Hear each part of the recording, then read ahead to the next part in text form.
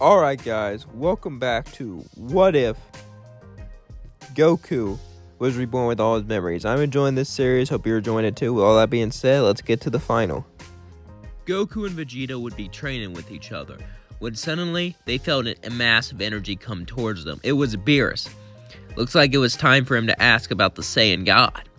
As they were all intrigued how Beerus would take the news that they were actually much stronger, Beerus showed up, but this time it was with Supreme Kai Shen also. They were confused as they both looked at him.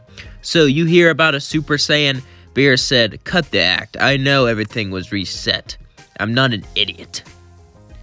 Goku would say, "How?" "Let's just say gods have a knack for these sort of things.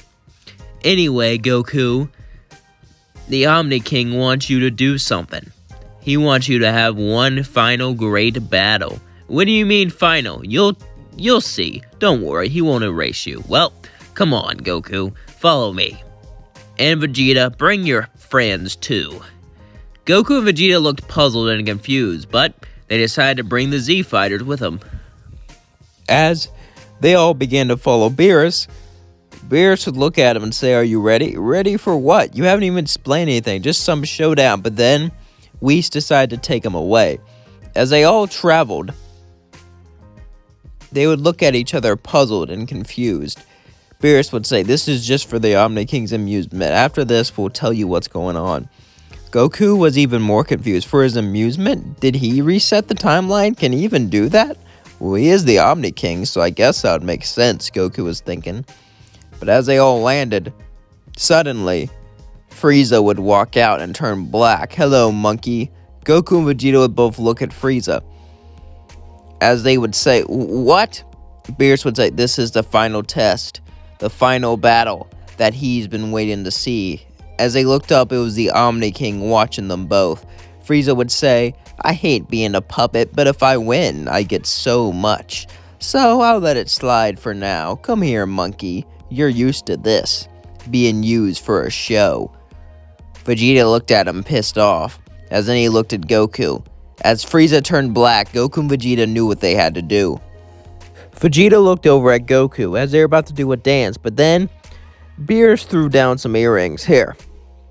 The Omni Kings thought this way would be more entertaining.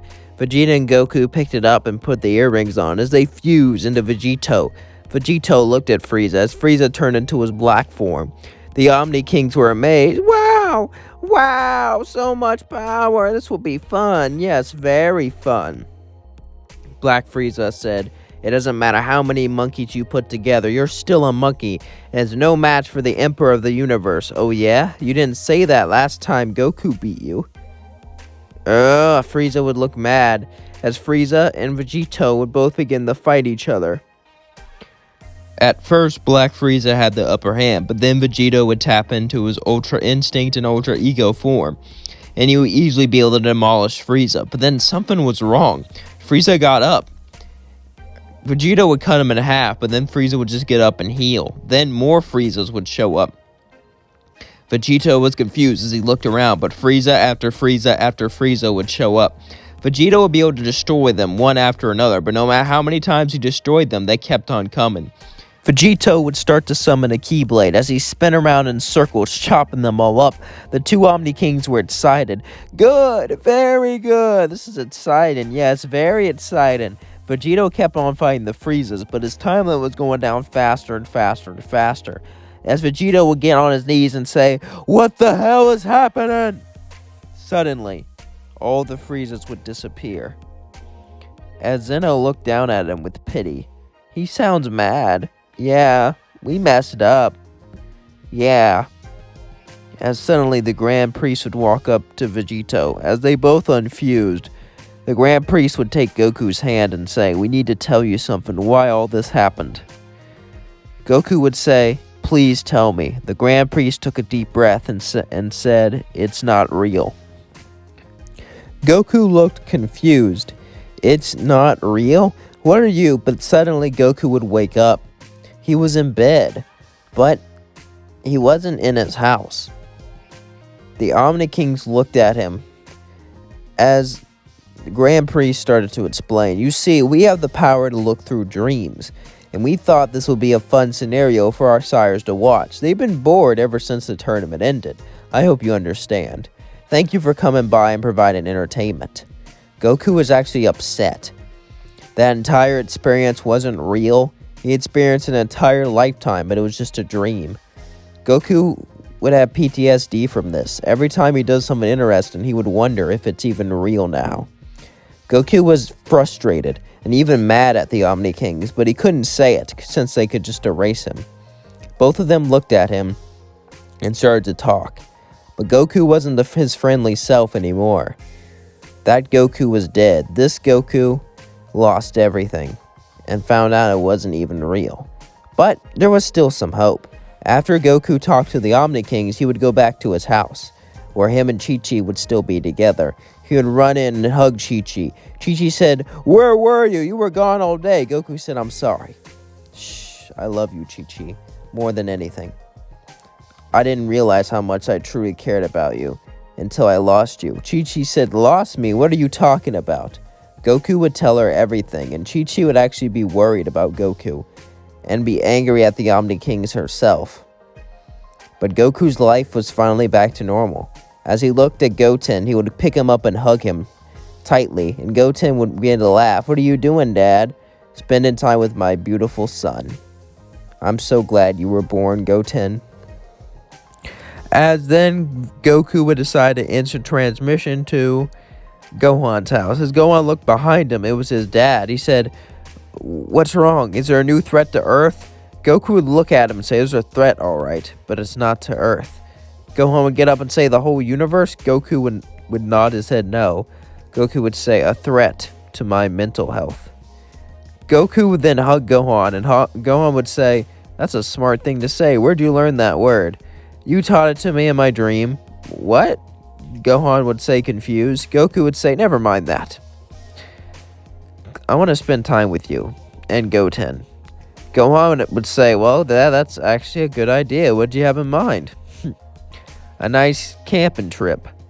Gohan would agree, and he would take some time off and go on a camping trip with him and Goten. And they would spend time together. Goku was happy that this was real. He was happy that Goten was born. He was happy he got to spend time with his wife, but even though he was happy now, he couldn't shake the feeling of being used. He couldn't shake the feeling of being watched for amusement. On the Tournament of Power, that was different. If he lost, his entire universe would be erased. And after all that, it was revealed to be a test. But here, he was just watched for amusement, like he was some lab rat. He wasn't as prideful as Vegeta, but he still had some pride. That was revealed in the Super Saiyan Gods arc. And he just couldn't shake it off. But he would look past it, because all that mattered was the people who were close to him. And Goku learned that even though he didn't know if this was real or not, even though every once in a while he would think he might be still dreaming, Goku learned to respect and honor his family. He always knew how to do this, but he learned how much they were truly worth, and he learned how much they are. Even if they're not real, they're still his family. And love is the strongest thing of all, even stronger than fighting. And that is going to leave things off. Yep, that was a surprise ending. Now, I wanted to explain why everything was so weird and off, and honestly, the best way to explain that would be Goku was dreaming.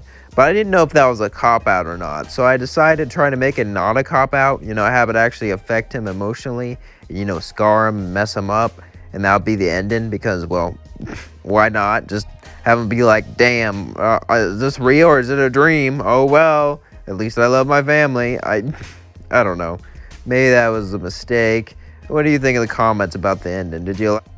I thought it was a unique ending. I honestly kind of liked it. Kind of was out there. It explained everything, and it actually had an impact because now Goku's messed up mentally. I mean, mentally, just messing up a character. I've never really done that before. Well, I guess I have back in the old days when I was like really edgy. I'd be like, he rips off his limbs or his arm. I mean, that's more physical, but if you get your arm ripped off, that's gonna definitely affect you mentally. I don't even know what I'm talking about anymore. Yeah, I enjoy making these videos. And yeah, do you prefer the old edgy videos I made, like the brutal videos, or do you like these videos? Let me know down in the comments below. I love you all. Peace out.